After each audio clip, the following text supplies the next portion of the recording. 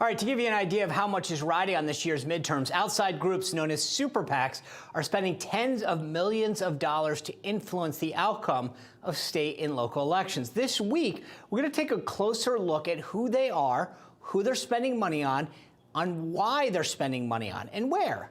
And we begin with the Sentinel Action Fund, a super PAC which is aligned with Heritage Action for America, the political arm of the conservative Heritage Foundation. Joining us now is the president of the Sentinel Action Fund and the executive director of Heritage Action, Jessica Anderson. Jessica, good to see you. Sean, great to be here. Thanks for having me. All right, so I know it's rude to talk money, but how much are you spending? Well, we are looking at over $13.5 million worth of independent spending, independent expenditures through the super PAC for candidates coast to coast. These conservative stalwart leaders that we think will be part of the red wave to take back the House and part of the red wave, Sean, to take back the Senate. Okay, Jessica, so where are you spending the money? What races? So far we've invested about $7.5 million on behalf of Blake Masters in Arizona. We believe that Arizona is a tight race. It's going to be a photo finish, but it shows one of the most important races in the country because you have a Democrat senator in Senator Mark Kelly who is completely beholden to Biden's legislative agenda. He's done nothing to stop the surge of the border, to fight the cartels, to stop drugs and the crime that's ravaging cities, let alone that inflation is at all-time high in the country in Phoenix, which is in the state of Arizona, as we all know. So we think this is a major race, and it deserves major conservative support. And so even today, we announced another $1.5 million in spending. This race in Arizona is actually, Sean and Lindsay, going to be our largest expenditure to date. And then we're supporting Adam Laxalt in Nevada, hugely important race, New Hampshire, and of course, Georgia, 4 big Senate comeback opportunities for the GOP.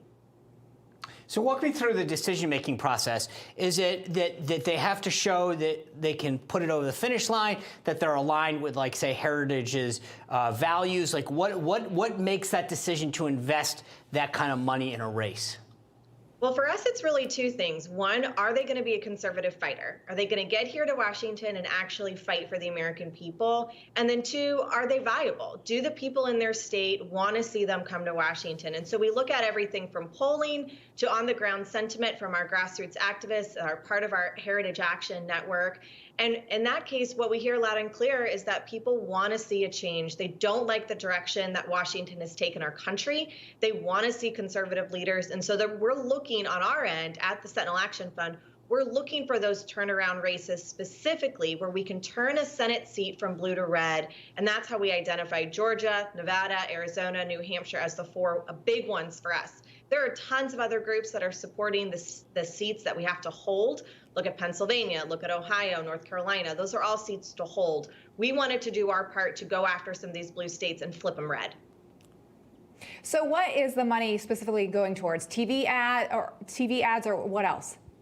Yeah, so TV ads are a critical part of it. Overhead support tells the message, it persuades voters, but we also do on-the-ground grassroots work. So in a state like Nevada, for instance, in support of Adam Laxalt, we've been going door to door, talking with voters directly about the issues that matter most, Lindsay. And so what we found in reaching these 250,000 voters in the state of Nevada, a lot of them actually Spanish speaking. We've had to train our walkers to talk at the door in Spanish with the voters that they're reaching because they're tired of really the direction that this country is going. And their number 1 issue is the economy.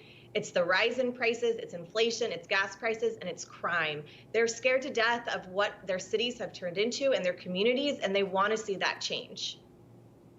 Jessica, in 30 seconds, is there any race that you're kind of in the back of your head keeping an eye on, the dark horse race that you might throw a few $100,000s on if they can get somewhere?